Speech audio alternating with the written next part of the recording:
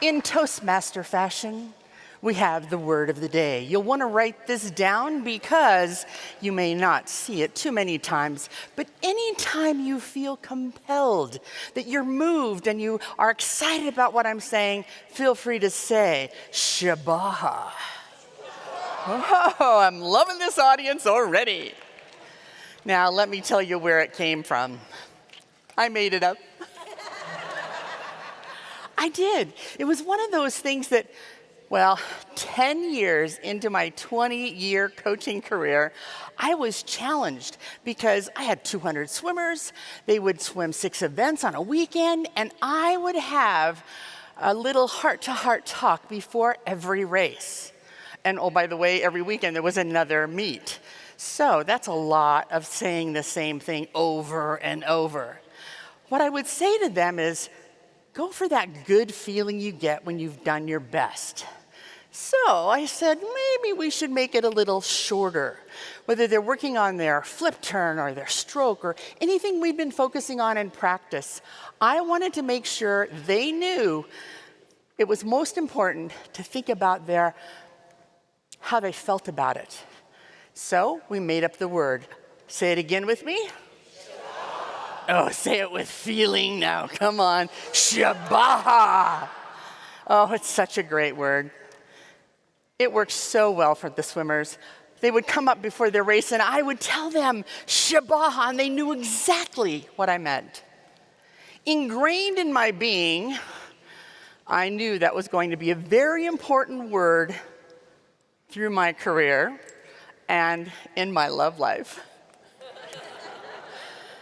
I met the man of my dreams, and I said, oh man, this is awesome.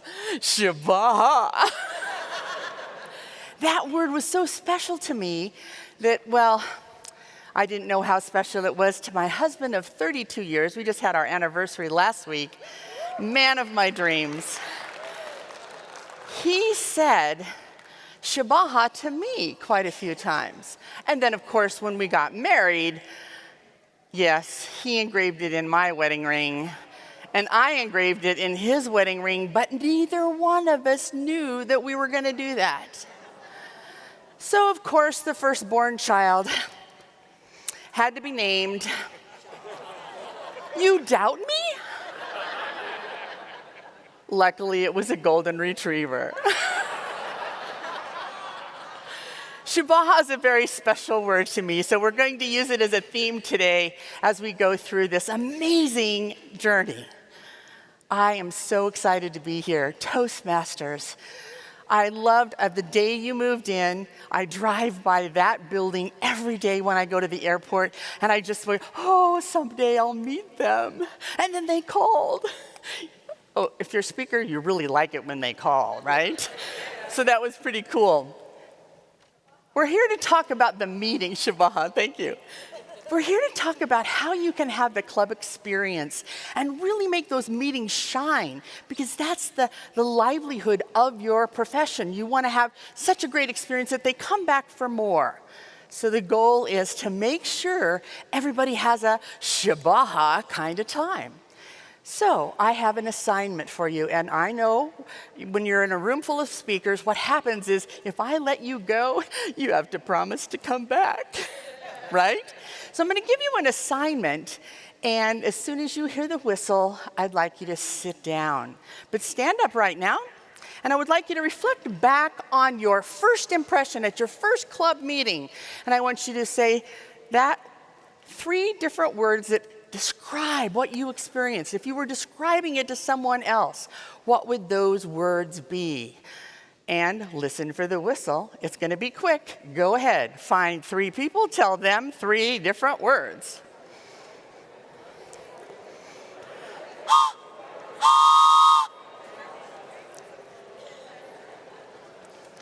So what were some of the words?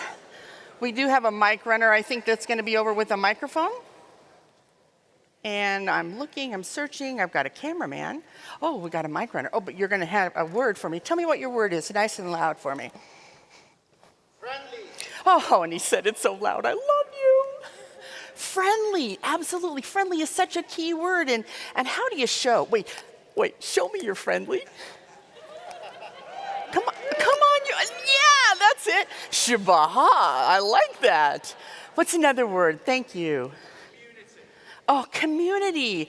I call it the kumbaya factor, that everybody loves everybody. We got to be careful with the hugging these days. I always ask first.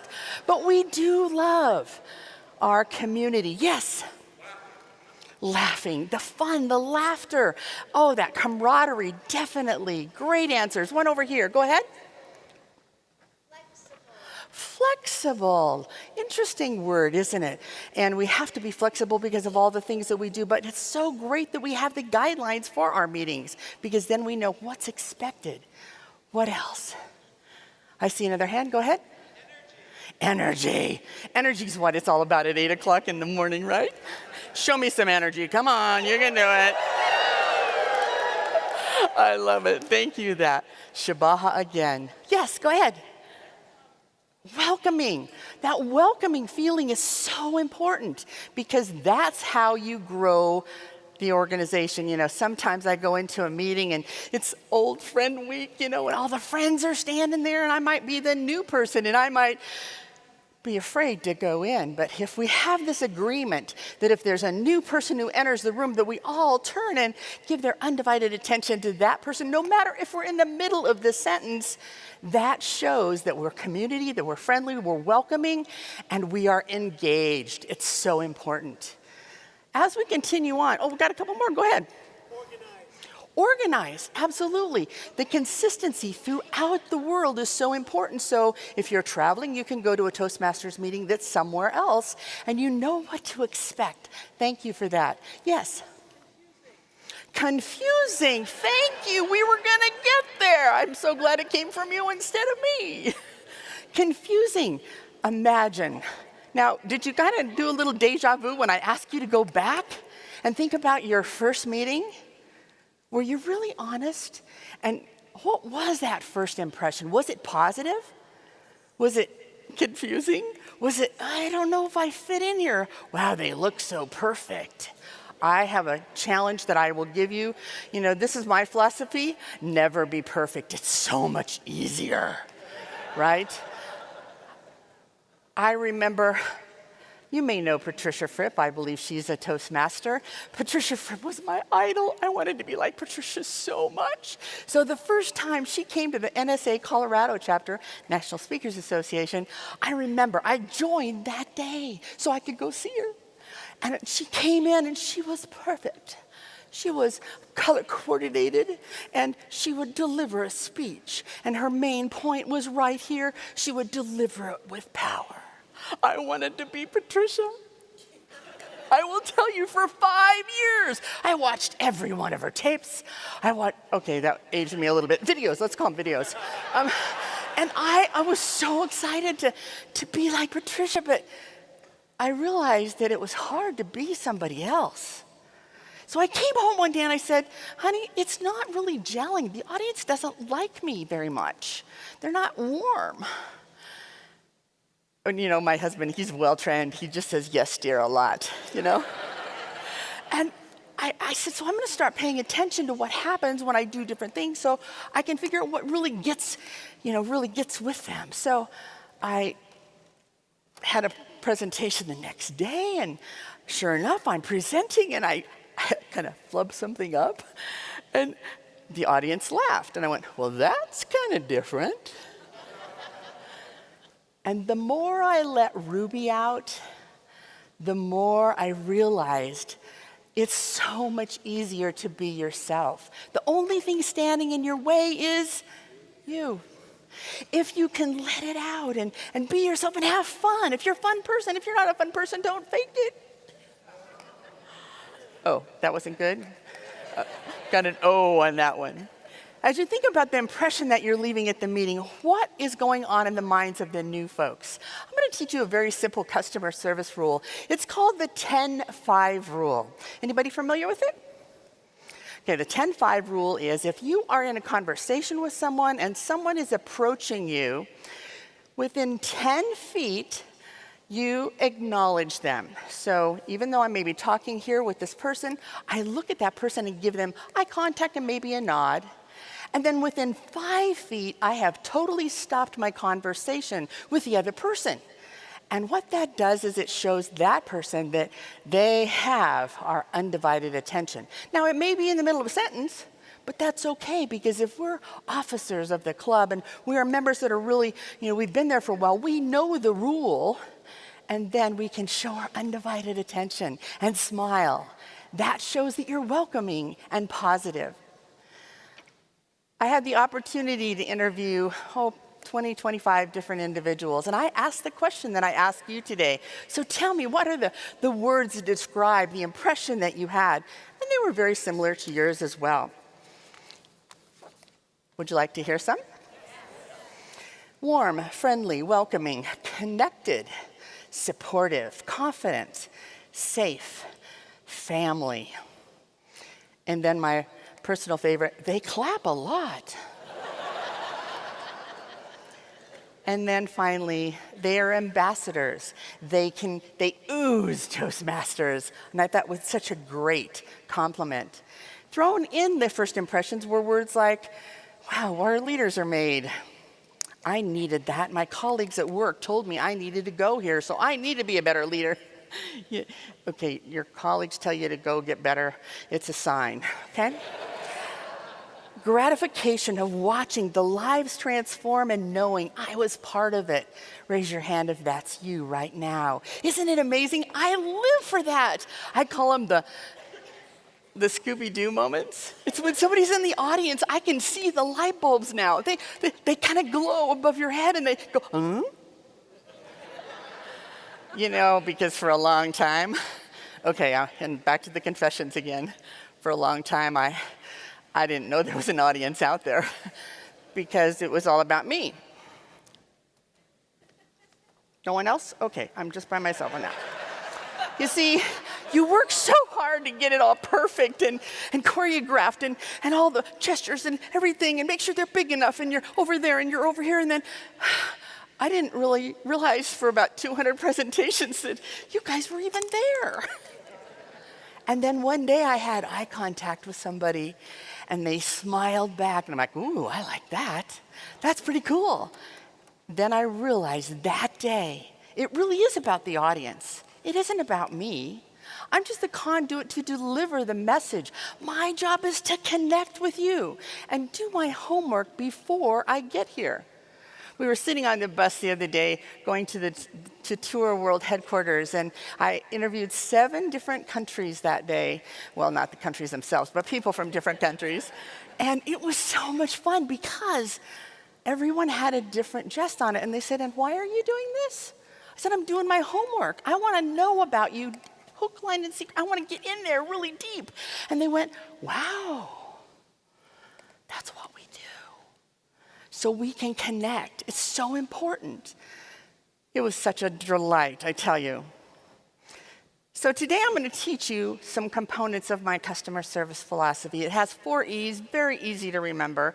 Not going to go into great detail, but it's a nice framework for you to be aware of. The 4 E's are about the experience. It's about engagement, making sure that you are connected with everyone that you're speaking with. And it's also about the culture. So we're going to call that ethos. It's about how you make people feel, how your meetings are, how your club is. Is it a kumbaya club or a let's see what's going to happen tonight club? I mean that with respect. There were some very interesting. I asked for stories too about things that happened that aren't necessarily positive and not nurturing. We'll get to that in a few minutes. That's how you create the evangelism. And, I'm preaching to the choir right now because everyone here, you love Toastmasters dearly. Now, I want you to go back. Shabaha, I love it. And now we want you to go back and make sure everybody in your club is doing the same thing. That's where the evangelism comes from. So wasn't that a good customer service lesson? That's a full day program right there I just did. Yeah. But I knew you were so nice to come here, and really it is all about you. So my good friend Bruce Turkel, CPAE, Council of Peers Award of Excellence. It's an honor in the National Speakers Association, and he wrote this book called All About Them. He had the aha too, that one day he was trying to show off and no one was paying attention to him. And then he was watching another speaker who was not talking. He was just asking questions. And they engaged. And then they had 2 book signing tables, and everybody was lined up at the other table. Read the book. I just stole his story, which is not nice, but I will give him credit for it. It was an amazing journey. When I read that book, I said, oh, once again, we're reminded it's about you, not about the person up here speaking. So you have earned, so far, we're doing pretty good on time, so you have earned the opportunity to go on a trip. Would you like to go with me? Okay, Shabaha. I hope you brought your passports because we are going to go on a little journey today. But first I want you to read the disclaimer. Read it closely, make sure you get all the details in it. Because the trip that I'm going to take you on is to Dubai. Will you go with me? I leave in a couple weeks for my 15th trip. I am hooked. I'm the Air Ambassador. I love doing training over there. And they have taught me so much. So there may be 1 or 2 of you in the audience that, as I tell my hotel story, my 7-star hotel story, you may be thinking, does she know we're not a hotel? I know you're not a hotel, but here's the disclaimer. In between the lines of the story and the pictures, it's all about creating a peak experience. So raise your hand if you're ready to travel with me. Oh, I love it. And raise your hand if you won't raise your hand no matter what I say. Thank you. I got 3 of you on that one. Here we go. You're packed. You're ready to go. My company was Ruby Speaks for the first 10 years of my career. And then something interesting happened. I went to Dubai in 2005, and I went, wow, there's a whole experience there. This is a 7-star hotel. And if you know hospitality, there really isn't a 7-star rating. But the media gave them that rating when they opened. This is the Burj Al Arab. And Jumeirah Group runs this. I've done training for them since 2005. And I tell you, it is an incredible experience. It doesn't look very tall, but it's actually the tallest hotel in the world. And the service level is extraordinary. So as we go on this adventure, what I'd like you to do is I would like you to think about what you learned from this example that you can apply to your club meeting. I know some of them are going to be a little stretched. Some of them are just for me because I like the pictures. And some of them are for you for the example. Sometimes I get a laugh on that, sometimes not. Okay. First of all, it's a long airplane ride. I learned a long time ago that it's really good to go and fly to Toronto and then on to Dubai, because that's only 2 stops. So let's go. We're not going to go through Toronto. Maybe we are. Kind of a little close. And we're going to go all the way, halfway around the world, I should say. That's where Dubai is. It's in the Persian Gulf. The first time I went there, I was scared to death. I had just done training for GE over in India, and I looked at the map, and it was only this far.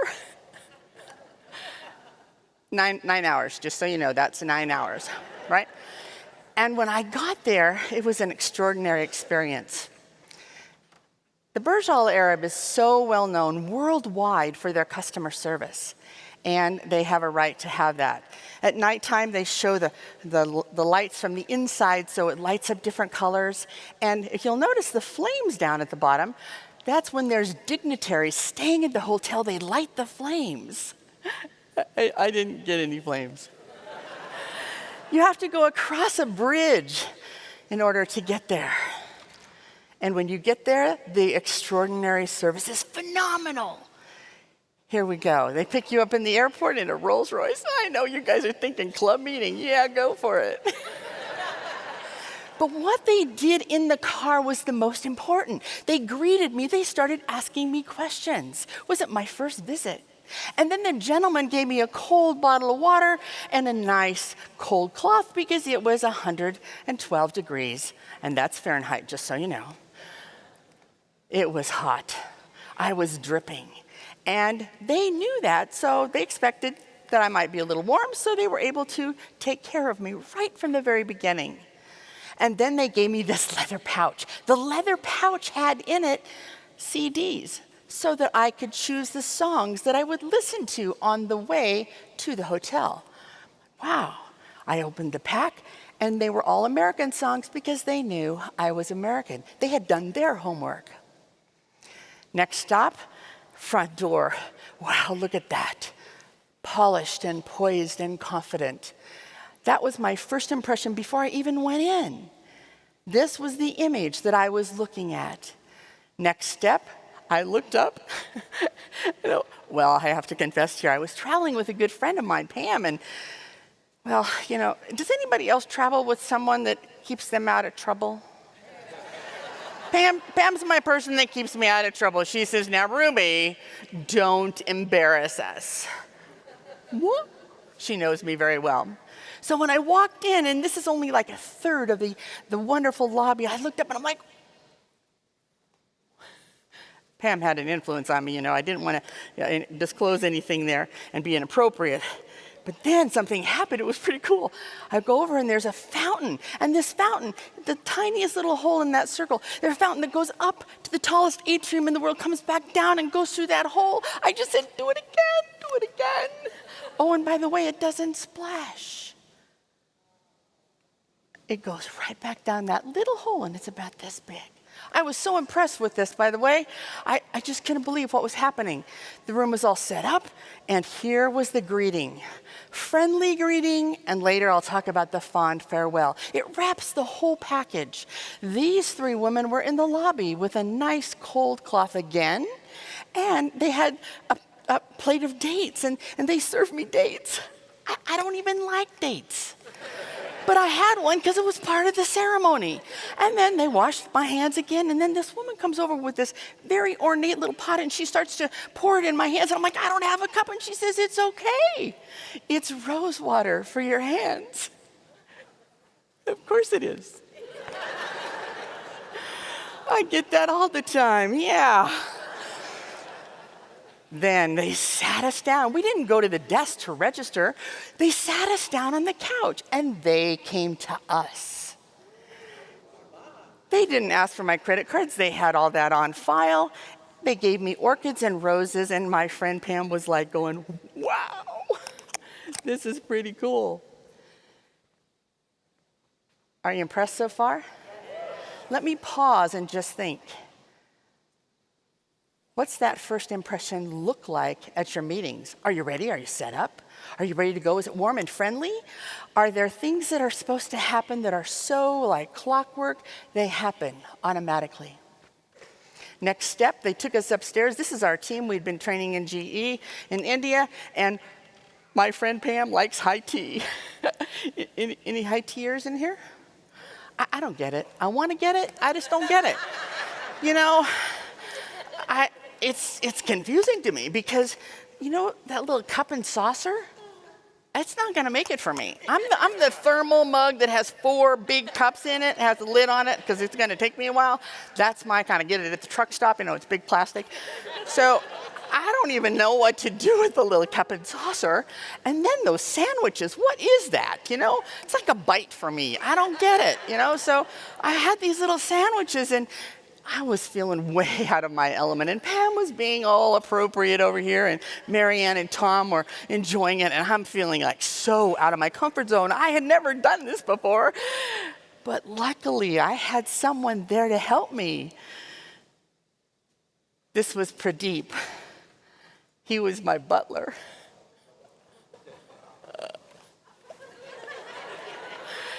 He came with the room. I'm like, I've never had a butler before. This is kind of different for me. But he guided me, and he was so kind. And I said, I don't even know what to do with a butler.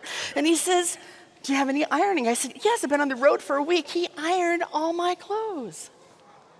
I get home, and my husband says, you do not have a butler anymore. Oh, you can see how comfortable he made me feel. He was there to serve, he was there to help, and he was there to educate me along the way because it was all new to me. I had never experienced it before.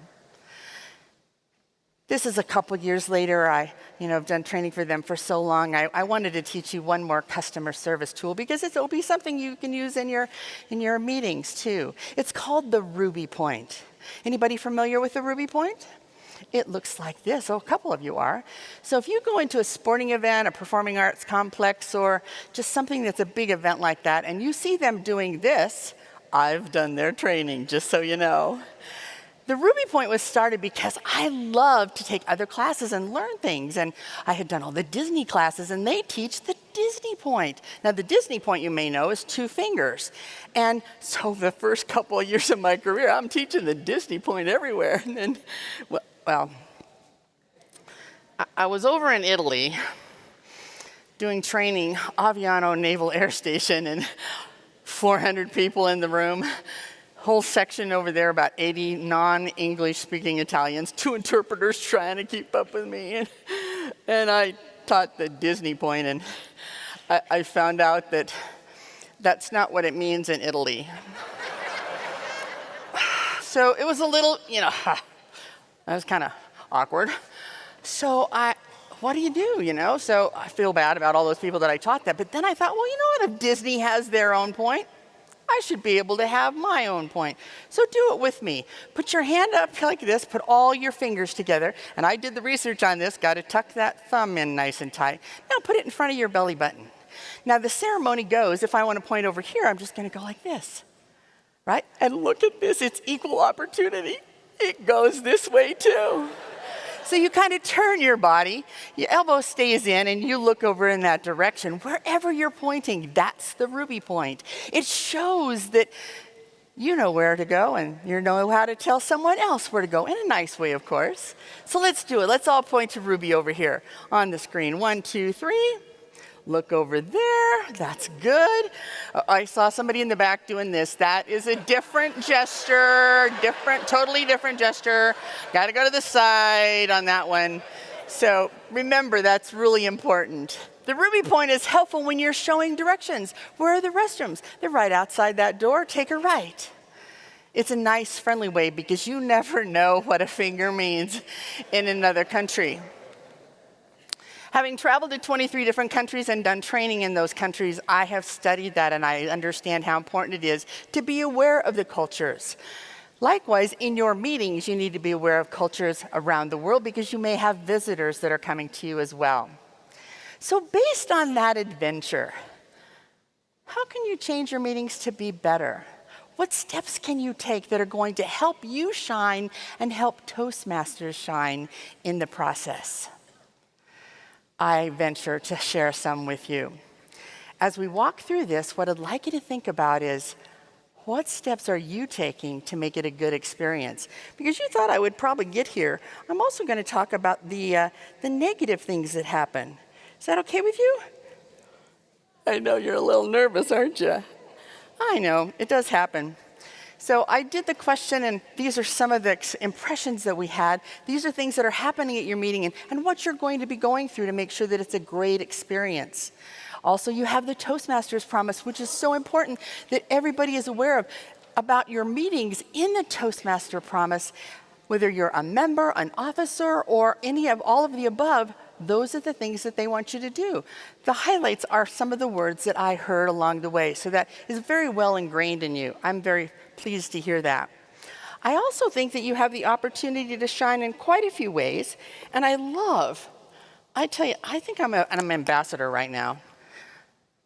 Can I confess to you? I've never been to a Toastmasters meeting. This is my first one. Feel free to recruit me. Because I'm hooked. I'm an ambassador for life now, there's no doubt. I'm so excited to be here, and I loved reading through every one of your documentations and guidelines on the web because it is so powerful. You have the tools to succeed. But what was interesting for me was that when I interviewed folks, there were a couple of things that happened. One of them was that when I asked about impressions and I asked for negative impressions, I got a list of that as well. Hold on. Remember, you love me. Unfortunate impressions that may happen at a meeting. No one was there for 30 minutes after the time it was supposed to start. Ooh, and we started 1 full hour late. That was a corporation. There was no direction and no agenda. All leaders were talking to each other, and no one acknowledged me when I arrived. I know this is just the exception, and it's probably not the folks that I'm talking to, but be aware that that can happen, and we want to avoid that. That's what this program is all about. This was another interesting one, and I personally experienced this in another meeting and another association. I have 61 different associations that I work with, and so when you get in, you have the member experience as well when you're doing your homework. I remember calling up and saying, so this is what, when I arrive, who's going to pick me up? Who's going to take me to the hotel? Is there dinner plans? Who's going to pick me up in the morning? All those kind of details. And the same answer came from her every single time. She says, I'll do that. I'll take care of that. The next morning she picks me up and we go to the event. She's setting up the registration table. She's taking registration. She's greeting everybody. And I'm like, small club, you know? Well, actually, it wasn't a small club, but she had taken on all the responsibilities. She was the president, and she thought it was so important that she got it done, and no one could quite do it the way she wanted it done, so she just took over and did it all. I'm really sad to say that that particular group did not last, because we're all about volunteers and growth and learning. Delegating is so important, and presidents, your biggest job is to make sure it gets done through you. You don't have to do it yourself. One of the comments was that delegating is looked as a weakness, and that sometimes losing control instead of empowering people and the fellow members was looked down upon. Oh, that made me sad, because you're such a leadership growth organization and you learn through getting things done through other people. This was another interesting one too, disrespecting time. I know the whole mood has changed in the room. I can feel it here. And this was the comment. The person was president and they said, oh, we can do that because I'm president. Disrespecting time and taking too much time. Oh, and I'll just give you, okay, I've got two more. Can you handle two more? Yes. Political maneuvering. Doing things only to get ahead, but not for the right reasons. Now, I know these are the exceptions, but if I didn't bring them up to you, you wouldn't be aware that we don't want those things. And some didn't use Toastmasters guidelines. One individual actually said to me, oh yeah, we just do our own thing.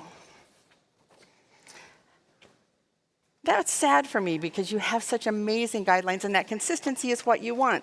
I love that Cheryl, my good friend from NSA and Toastmasters as well, you may know her, and she says the heart of the Toastmaster is alive around the country because of that consistency. I challenge you to think about how you're doing that every single day, how you're creating and going by the guidelines, because they're successful. They work. That's why we have them. And there's so many things a leader can do. I love John Maxwell. We just gave him the Master of Influence Award a few weeks ago in this hotel for our national convention for the National Speakers Association. A leader is one who knows the way, goes the way, and shows the way. They're the example. So I have a couple things I'd like to do and go pretty quick on this. I want to respect your time. And I'm going to create a PDF that you will be able to have on the app but later today, so you can have these notes. So just listen as we go through here. These are 10 things as I culminated all the different elements. And you'll recognize some of the words because they're your words. They're just friendly reminders. First of all, that respect thing. You show respect in so many different ways. Understand the members' needs and the officers' needs. It may be their first leadership role, and so guide them and make sure that you're being helpful. Construct that leadership team. It's a succession plan. So the way you create and mold and help and support, that is the legacy that you're leaving for your club, and that gives you the opportunity to shine as well. Oh, and the connection. That's something that is very powerful as well. Engage with each attendee. And when you're looking at them, look them in the eye. Make sure that they are connecting right there with you. One of the examples, I love to talk about is Glenna Salisbury. She's a past president of NSA, and one of the things that you have a conversation with her, there may be 2,000 people in line waiting to talk to her, and this is what you see. She's right there. Nothing else is going on. She connects. She's not looking around or looking for the next person to talk to. She's right there connected. Makes such a difference. When you're cultivating, you're growing all of the premises that are the foundation for Toastmasters. You create that environment. Get there early, get set up, and create that environment and that synergy. And then communication. Oh, raise your hand if you've been communicated enough with lately. Everybody wants more information. Everybody wants to know. They want to be in the know. They want to be able to share the information. And people who are coming to the website want to know information as well. That's why they came. And I was a little disturbed by this information here. When someone fills out that form, they want more information and it goes to your club, how do you handle it? Are you responsive? Do you have an alert set up in your email system so that comes up right away? Or maybe it even goes to your phone so you can reply. Because this was a shocker for me in one of the magazines. I think it was earlier this year. It was from the survey that was done last year that 60% of interested potential members who reached out did not attend a club meeting. Are you curious why? I think you read the same article. 70% said the club never replied to them. That's scary. That's sad. That's part of your role as a leader, whoever that information goes to. 5 more, and we'll wrap it up here.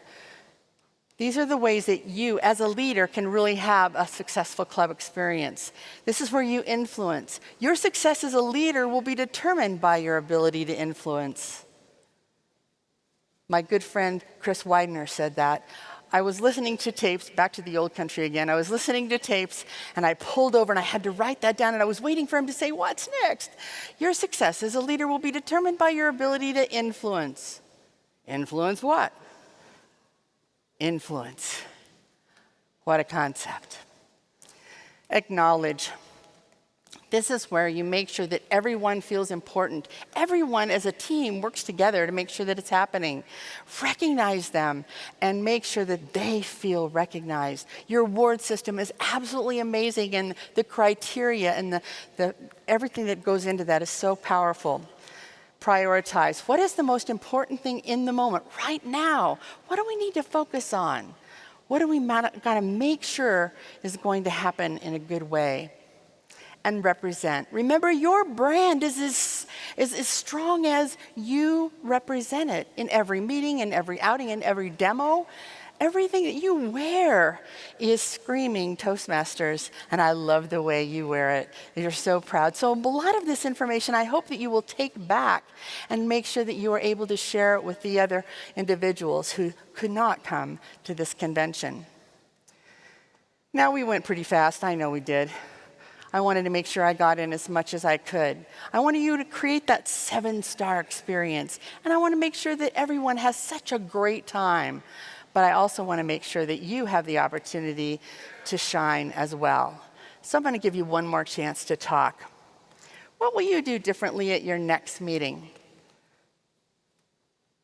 Based on what you've heard today. I love that. Shibaha. He's going to assign a greeter. Absolutely. If they know that's their role, they're going to be focused on it. That was such a great idea. I'm going to give you an opportunity to share what you're going to do. Stand up, find a new person. You're tired of that person you talked to last time. You have 30 seconds. Ready, go. Thank you. Who would like to share one thing they're going to do? We already have the assign a greeter. I love that was loud and proud. Who has another one? Yes, hands up. Go ahead. Have an educational moment during the meeting and the event to teach the members what's Have that educational moment during the event to make sure that you're teaching the members as well as any visitors or guests that are coming. Thank you for that. Yes.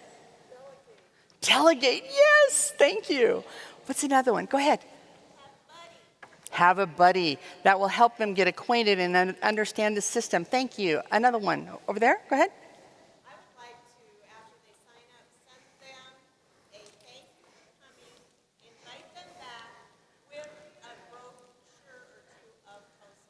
Absolutely. Follow up with some information after they attend the meeting. So keep that connection going. I love it. Yes, another one over here.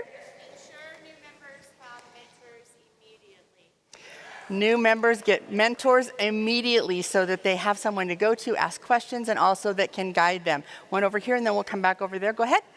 Set up a procedure for late coming guests so that they get acknowledged. Sign up and create a procedure for late coming guests. If you've already started the meeting, assign someone to make sure that they are greeted appropriately and they're invited in. Great idea. Yes, go ahead. As the club president, it's always good to thank the people or the officers that take on functionary roles in their meetings because they're also a great way to keep them engaged and have them come back by thanking them after the meeting. Absolutely. Thanking someone in the meeting at the moment, it's really important. As a matter of fact, Cynthia, I just saw you walk in there. And I had a picture, but I needed to skip it for time. Could you come up here a second? How many of you were in this session in this room yesterday with the competition going on?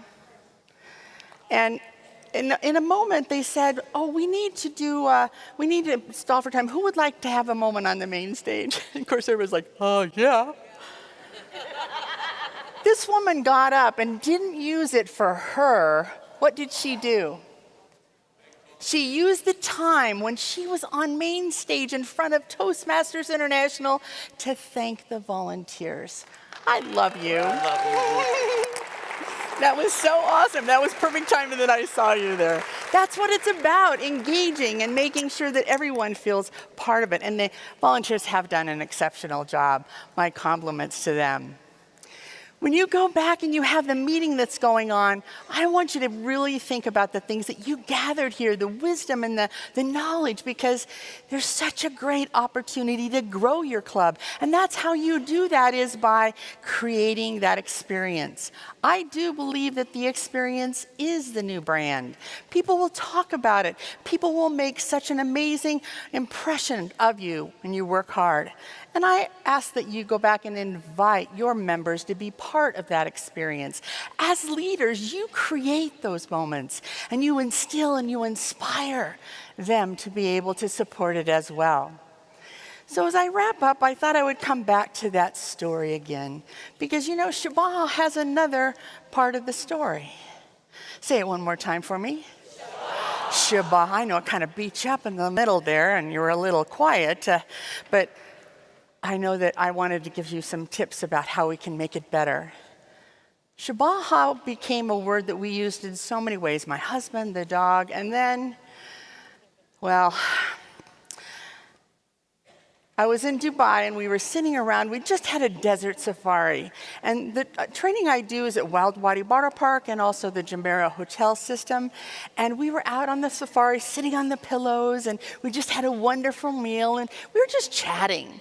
And I was sitting next to this gentleman, and I don't know what compelled me, but I told the Shabbat story. And he looked at me and he goes, well, you know what it means, don't you? I'm like, wait a minute here. I made it up. What do you mean what it means? He says it's Swahili. Who knew? I guess way back, about generations ago, I must have had some of that in me, because this is what it means in Swahili.